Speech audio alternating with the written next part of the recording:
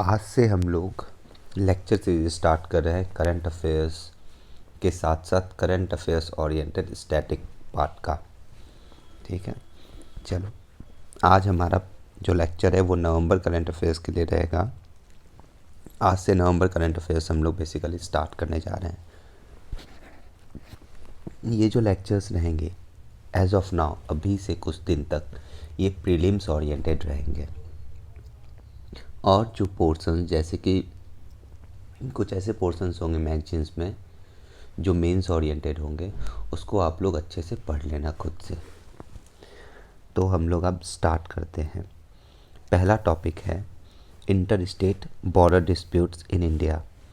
तो inter state border disputes in India topic इसलिए current news में है क्योंकि असम और मेघालय में कुछ इश्यूज़ था with respect to the border areas. उन दोनों स्टेट्स के बीच में जो भी बॉर्डर एरियाज़ थे उसमें कुछ डिस्प्यूट्स था, तो उससे रिलेटेड ये चीज़ न्यूज़ में आया था। हालांकि अब वो लोग इंटर स्टेट बॉर्डर डिस्प्यूट्स को सेटल करने में पूरे अच्छी तरह से लगे हुए हैं और कुछ बॉर्डर डिस्प्यूट सेटल हो भी गई है।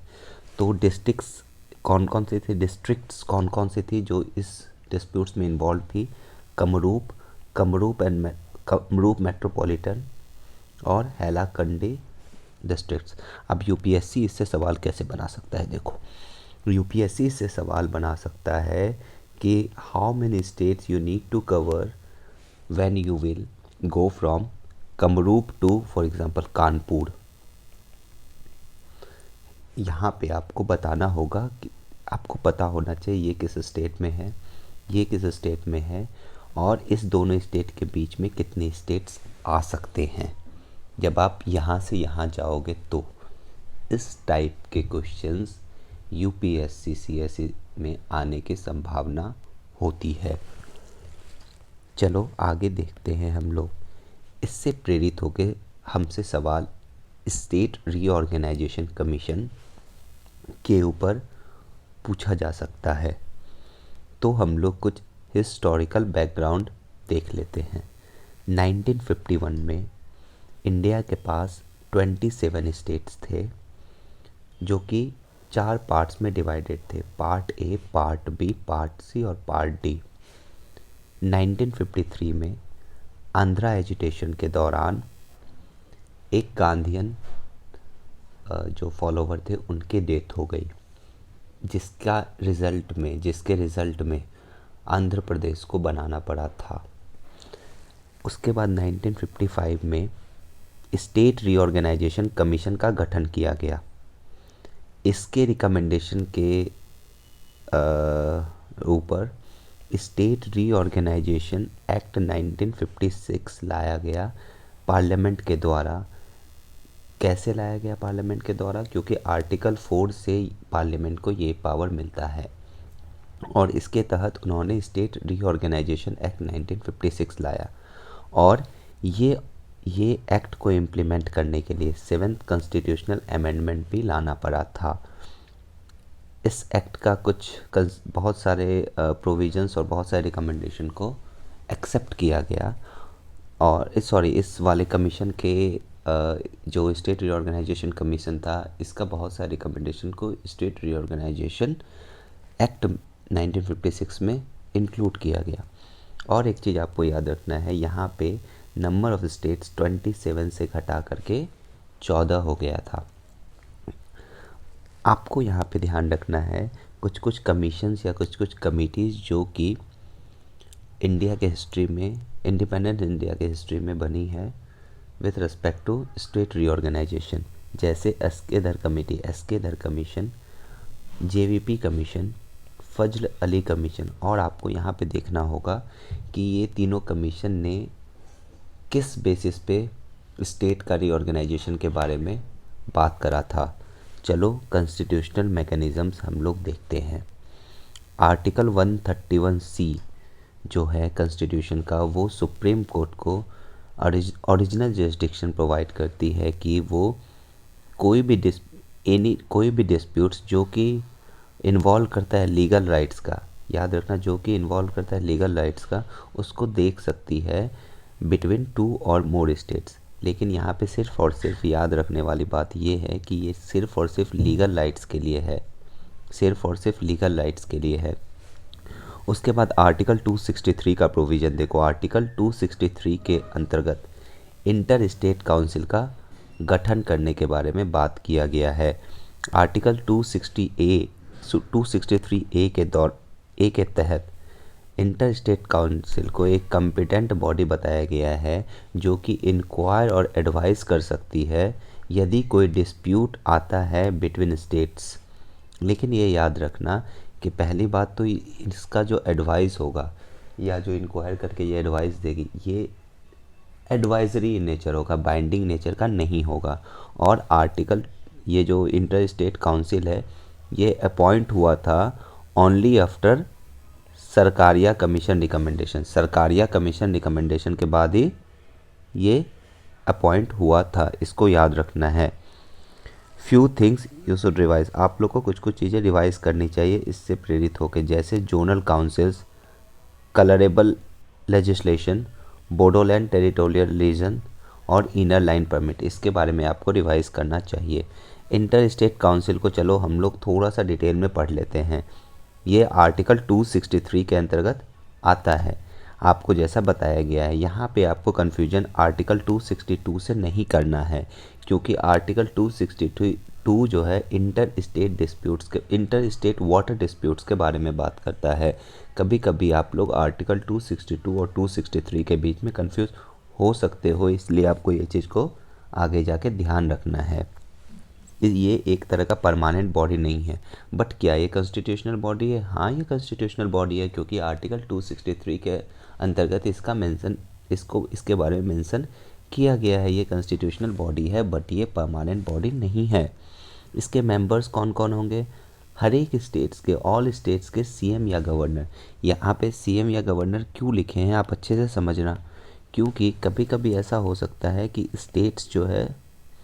स्टेट्स में प्रेसिडेंट रूल लग सकती है, तो प्रेसिडेंट रूल के केस में स्टेट को रिप्रेजेंट कौन करेगा? तो प्रेसिडेंट रूल के केस में स्टेट को रिप्रेजेंट गवर्नर करेंगे इंटर स्टेट काउंसिल में।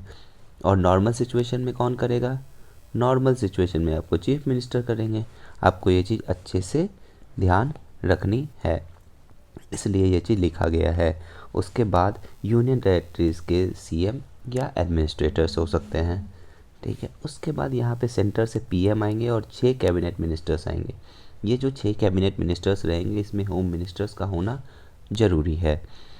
इसके बाद देखना है आपका जो इंटर स्टेट काउंसिल है ये कम्प्लीमेंट्री फंक्शन करती है सुप्रीम कोर्ट के जरिस्डिक्शन के, और जो कि आर्टिकल 131 में मेंशन्ड है। सुप्रीम कोर्ट का जो जरिस्डिक्शन है आर्टिकल 131 में, उसके कम्प्लीमेंट्री ये काउंसिल काम करती है और डिसाइड करती है लीगल कंट्रोवर्सीज बिटवीन ग्रुप्स। लेकिन सुप्रीम कोर्ट का जो ऑर्डर होगा वो बाइंडिंग होगा, लेकिन काउंसिल का ऑर्डर एडवाइजरी होगा, जैसा कि पहले भी बताए हैं। आर्टिकल 131 के बारे में थोड़ा सा पढ़ लो। आर्टिकल 131 आपका इंटर गवर्नमेंट डिस्प्यूट्स के बारे में बात करता है। इंटर गवर्नमेंट डिस्प्यूट्स यहाँ पे क्या हुआ, मतलब स्टेट के बीच में डिस्प्यूट्स भी हो सकती है, दो या दो से ज़्यादा स्टेट्स के बीच में, और तो उसके बाद तो स्टेट्स या सेंटर के बीच में भी तो डिस्प्यूट्स हो सकता है। तो यहाँ पे आपका कौन आता है प्ले करने के लिए? ये सुप्रीम कोर्ट एडजुडिकेट करता है इन सब डिस्प्यूट्स को, लेकिन इसके कुछ एक्सेप्शंस हैं। किस केस में ये डिस्प्यूट्स को सुप्रीम कोर्ट नहीं करेगा एडजुडिकेट? तो पहला है प्री कॉन्स्टिट्यूशन एग्रीमेंट, दूसरा है river water sharing. This is not government disputes as such. ये जो रिवर वाटर शेयरिंग है ये इंटर गवर्नमेंट डिस्प्यूट है ही नहीं, तब भी मैंने इसको यहाँ पे लिख दिया है। तो आपने ये याद रखना है कि इस दोनों के केस में सुप्रीम कोर्ट एडजुडिकेट नहीं करेगा इंटर गवर्नमेंट डिस्प्यूट्स को। अब हम लोग आते हैं नेक्स्ट टॉपिक 7th शेड्यूल पे।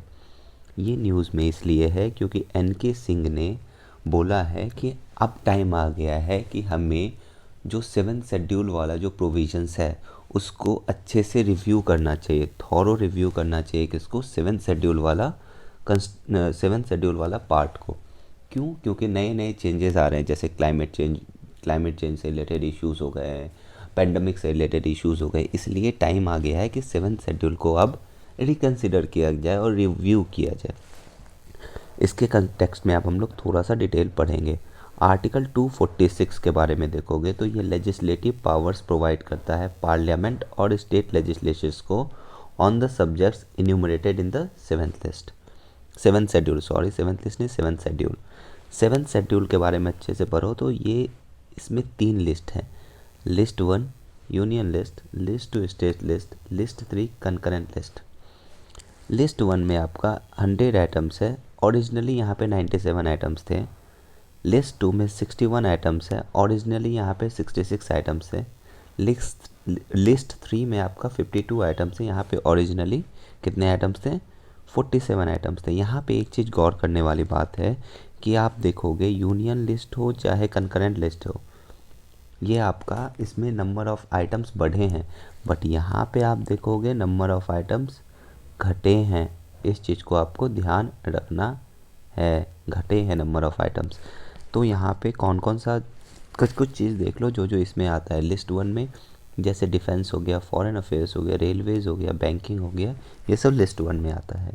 लिस्ट 2 में देख लो public order, police, public health and sanitation, betting and gambling. यहाँ पे आपने एक चीज़ ध्यान रखना है, दिल्ली से रिलेटेड प्रोविज़न है कि कौन कौन स्टेट इसके सब्जेक्ट में नहीं आते, इसके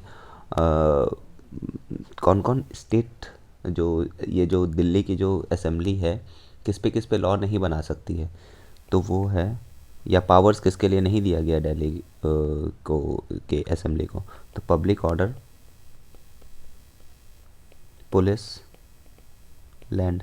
ऑल्दो ये तीनों के लिए कहाँ पे आपको प्रोविज़न है, प्रोवाइडेड है प्रोविज़न ये तीनों के लिए दूसरे स्टेट्स में, बट दिल्ली में ये इन तीनों प्रोविज़न के लिए ये तीनों प्रोविज़न का पार्ट नहीं दिया गया, इनको पावर नहीं दिया गया है। उसके बाद कंकरेंट लिस्ट में देखिए आप education, population control, family planning, criminal law, protection of wild life and animals, forest etcetera. ठीक है, ये याद रखना है आपने।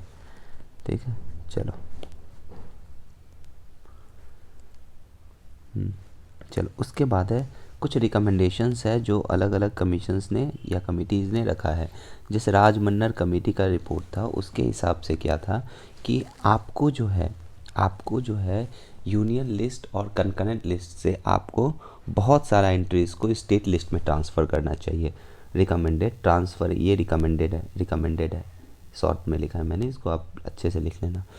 Transferring the several entries from to the state list from कहाँ से, यूनियन एंड कंकरेंट लिस्ट, मतलब यूनियन एंड कंकरेंट लिस्ट से आप स्टेट लिस्ट में कुछ एंट्रीज को, आप बहुत सारे एंट्रीज को ट्रांसफ़र करो।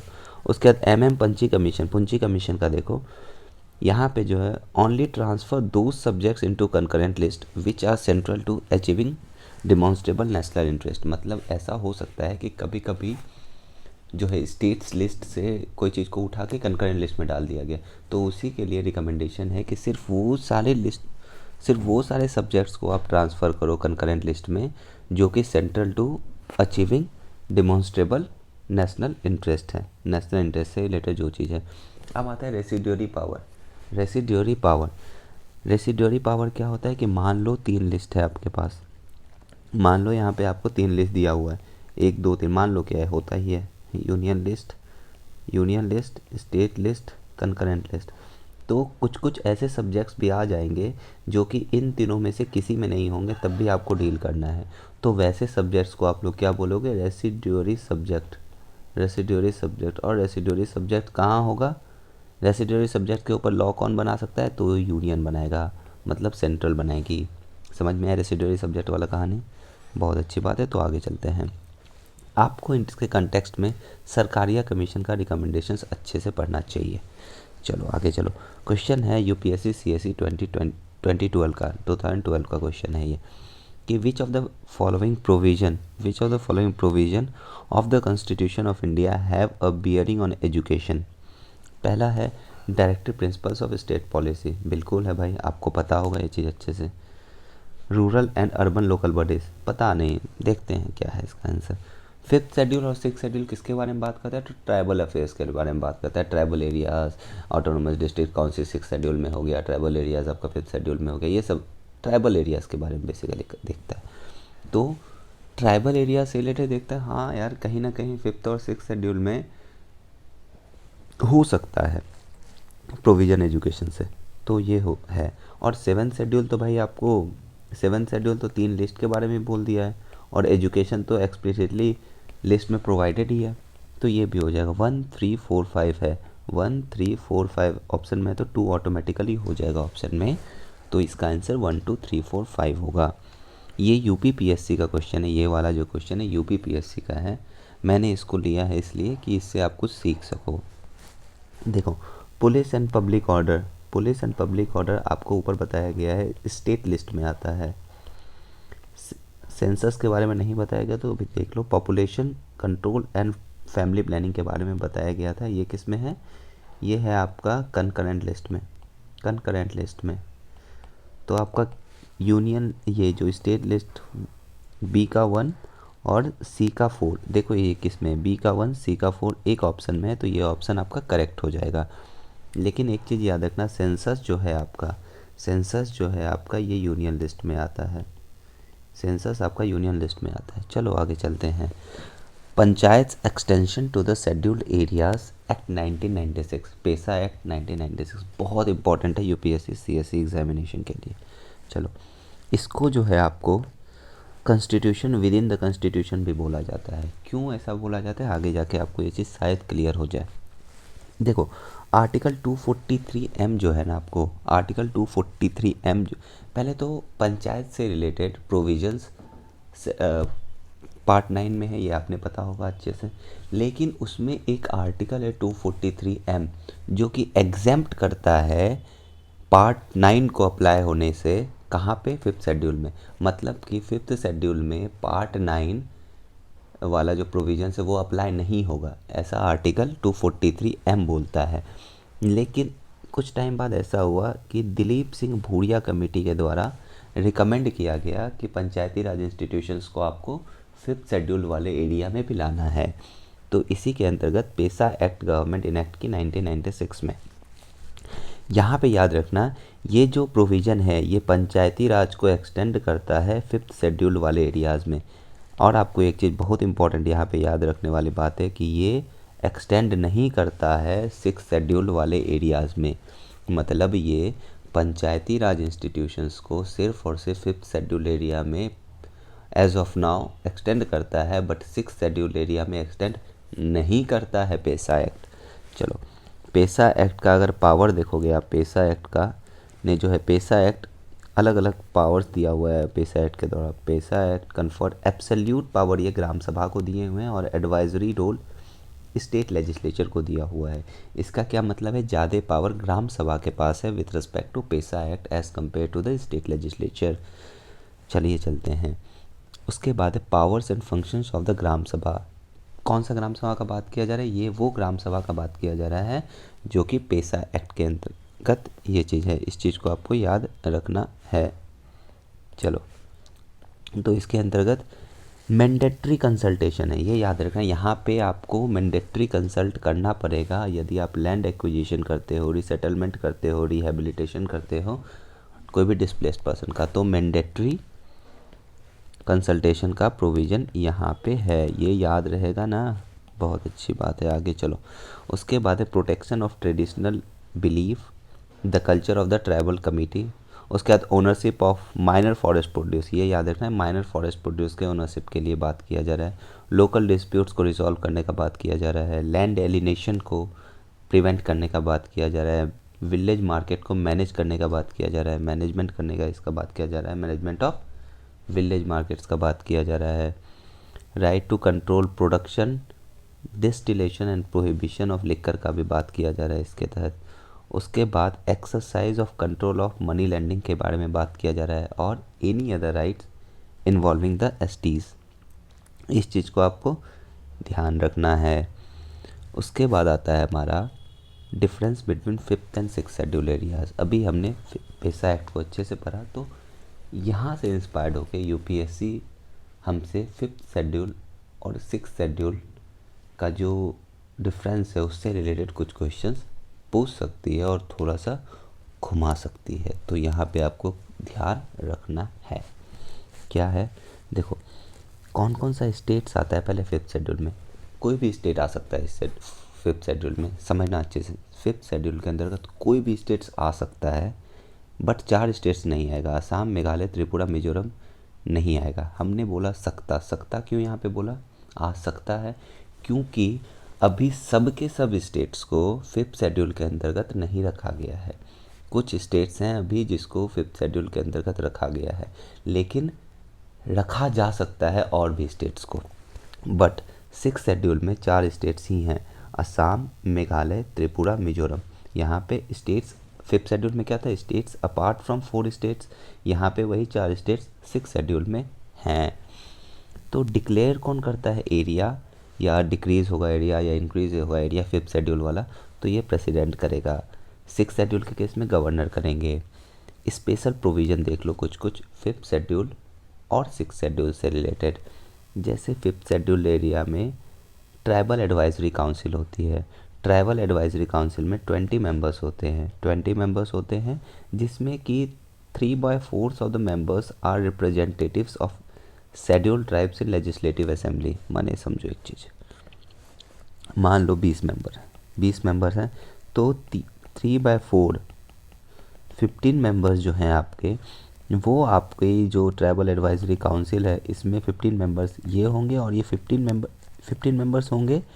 ऐसे 15 मेंबर्स होंगे, वो 15 मेंबर्स जो कि वो मेंबर्स हों कि वो मेंबर्स रिप्रेजेंट कर रहे हो, रिप्रेजेंटेटिव हों एसटीज़ के उस स्टेट के लेजिस्लेटिव असेंबली में। ठीक है, चलो एक चीज़ आप सर्च करके बताना, तो मेरे को एक चीज़ सर्च करके बताना कमेंट सेक्शन में, सो दैट आपका जो थोड़ा सा इंटरेस्ट है ना और जील है थोड़ा अच्छे से डेवलप होगा। क्योंकि ऐसा होता है जब आप कोई चीज़ सर्च करते हो ना, तो आप 4 नए नए चीज़ों को सीखते हो। 5th और 6th शेड्यूल पहले तो बहुत अच्छे से पढ़ लेना आप लोग। चलो ठीक है, आप लोग देखो पहला मैंने तो बोला अगर 15 मेंबर है तो कभी ऐसा हो सकता है किसी स्टेट असेंबली में 15 मेंबर हो ही नहीं, 12 मेंबर हो, 20 मेंबर हो ट्राइबल एडवाइजरी काउंसिल में, और 10 मेंबर ही हो, सिर्फ मान लो रिप्रेजेंट कर रहा हो 10 मेंबर ही हो उस समय एसटीज़ के, जो एसटीज़ के रिप्रेजेंटेटिव लेजिस्लेटिव असेंबली में। तो क्या ट्राइबल एडवाइजरी काउंसिल नहीं बनेगा क्या? और यदि ट्राइबल एडवाइजरी काउंसिल तब भी बनेगा तो क्या प्रोविज़न है? आप लोग से सर्च करके मेरे को बताओ। यदि कवर नहीं हो पाता है आप लोग से तो मेरे से कमेंट सेक्शन में पूछना, मैं बताऊंगा अच्छे से। चलो आगे देखो, ऑटोनोमस डिस्ट्रिक्ट काउंसिल के बारे में देखते हैं इधर 6 शेड्यूल वाले में, कि 6 शेड्यूल वाले एरियाज़ में ऑटोनोमस डिस्ट्रिक्ट काउंसिल और रीजनल काउंसिल होता है। ध्यान रखना, ऑटोनोमस डिस्ट्रिक्ट काउंसिल के बारे में ध्यान रखना। इसमें 30 मेंबर्स होते हैं। कितने? 30 मेंबर्स होते हैं, जिसमें 4 नॉमिनेटेड होगा गवर्नर के द्वारा, और यदि 30 है तो 26 जो है इलेक्टेड होगा। जो नॉमिनेटेड मेंबर होगा वो प्लेजर ऑफ द गवर्नर के टर्म में ऑफिस होल्ड करेगा। ये प्लेजर ऑफ द गवर्नर सुनते होगे, प्लेजर ऑफ द प्रेसिडेंट सुनते होगे, बहुत बार पढ़ते हो, ये क्या है? देखो, pleasure of the governor simply यही है कि कोई एक ऑफिस होल्डर अगर ऑफिस होल्ड कर रहा है तो उस ऑफिस होल्डर को कभी भी गवर्नर हटा सकता है अपने हिसाब से। ठीक है, इसी तरह से president, pleasure of the president मतलब क्या हुआ कि उस ऑफिस होल्डर को कभी भी प्रेसिडेंट अपने हिसाब से हटा देता है। फॉर एग्जांपल, स्टेट का जो गवर्नर होता है वो देखते होगे आप बहुत बार चेंज होते रहता है। तो क्यों? क्योंकि वो प्लेजर ऑफ द प्रेसिडेंट पे नियुक्त है, मतलब कि जब चाहेगा प्रेसिडेंट उसको रिमूव कर देंगे सॉरी। चलो 30 मेंबर्स है, 4 मेंबर्स नॉमिनेटेड है और rest of the members elected है। तो इलेक्टेड मेंबर्स ऑफिस होल्ड करते हैं 5 साल के लिए। अब आता है एप्लीकेबिलिटी ऑफ द लॉ। इसका मतलब क्या हुआ कि कोई स्टेट लेजिस्लेचर ने या पार्लियामेंट ने कोई लॉ बनाया, तो क्या वो लॉ 5th शेड्यूल या 6th शेड्यूल वाले पे अप्लाई होगा या नहीं होगा, और यदि करना है तो कुछ मॉडिफिकेशन करके करना है, ये कौन डिसाइड करेगा? तो 5th शेड्यूल के केस में ये गवर्नर डिसाइड करेंगे कि जो लॉ बनाया गया है स्टेट लेजिस्लेचर के द्वारा या पार्लियामेंट के द्वारा, क्या ये लॉ अप्लाई होगा या नहीं होगा, या मॉडिफिकेशन के साथ होगा 5th शेड्यूल के केस में। ठीक है, गवर्नर देख रहे हैं, ठीक है, for both laws made by the parliament and the state legislature. अब लेकिन यहाँ पे आपको देखना है, 6 शेड्यूल में थोड़ा सा कन्फ्यूजिंग है, देखना 6 शेड्यूल में असम के लिए गवर्नर ही देखेंगे कि स्टेट का लॉ और पार्लियामेंट का लॉ, दोनों का लॉ अप्लाई हो सकता है कि नहीं हो सकता है, या मॉडिफिकेशन के साथ अप्लाई हो सकता है 6 शेड्यूल वाले एरिया में। लेकिन मेघालय त्रिपुरा मिजोरम के लिए पार्लियामेंट का लॉ अप्लाई हो सकता है, नहीं हो सकता है, या मॉडिफिकेशन के साथ अप्लाई हो सकता है, ये प्रेसिडेंट देखेंगे। और स्टेट लेजिस्लेचर का लॉ इन तीनों स्टेट के लिए, मेघालय त्रिपुरा मिजोरम है, मिजोरम के लिए जो है आपका स्टेट लेजिस्लेचर पे गवर्नर देखेंगे कि लॉ अप्लाई होगा, नहीं होगा, या मॉडिफिकेशन के साथ होगा। चलो, क्वेश्चन है, in the areas covered under panchayat extension to the scheduled areas act 1996 what is role / power of gram sabha. Question UPSC CSC 2012 का है। चलो, Gram Sabha has the power to stop transfer of land in scheduled area. सही है, land alienation का power दिया हुआ है। उसके बाद है ग्राम Sabha has the ownership of minor forest produce, बता दिए हैं, सही है ये।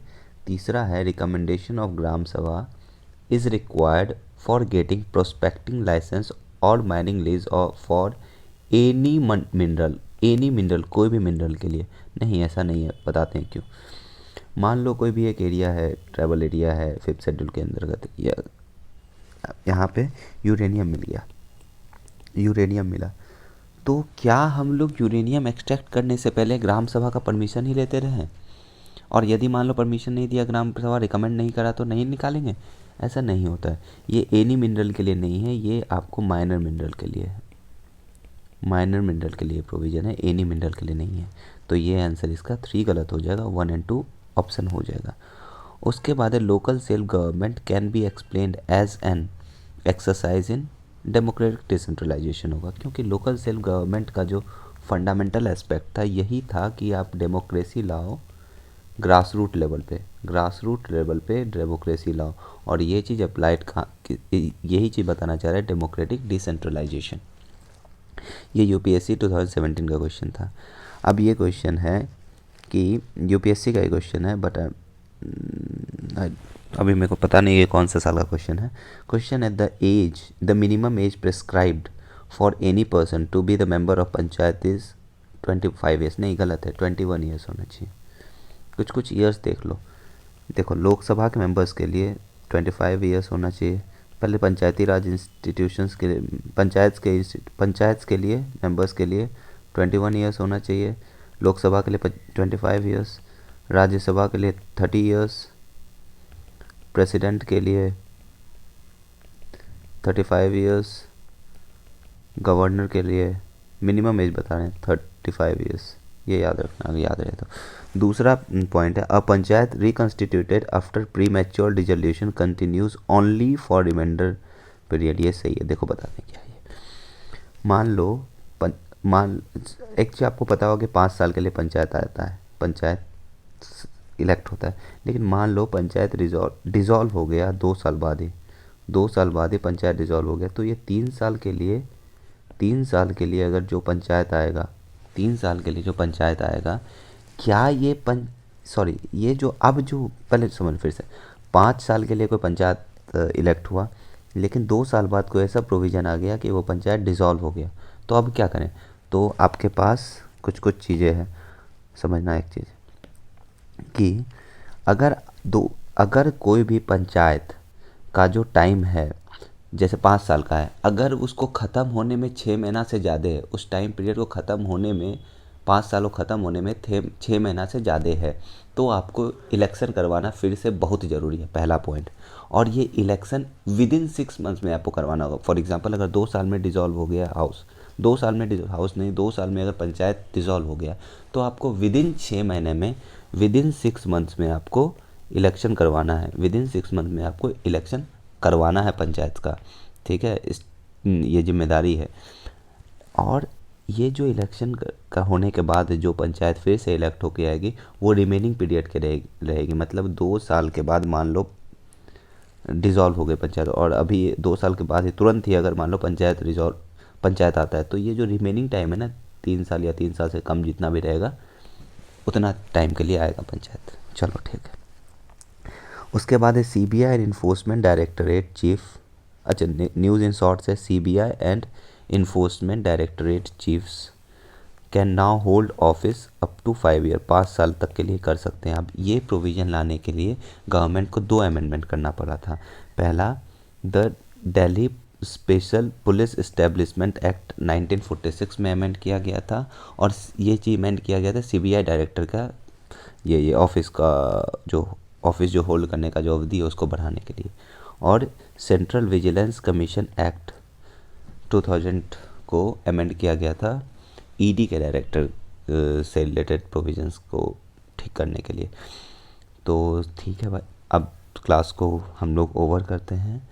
Thanks for watching, stay safe and stay blessed, take care of your self and your loved ones. Thank you very much.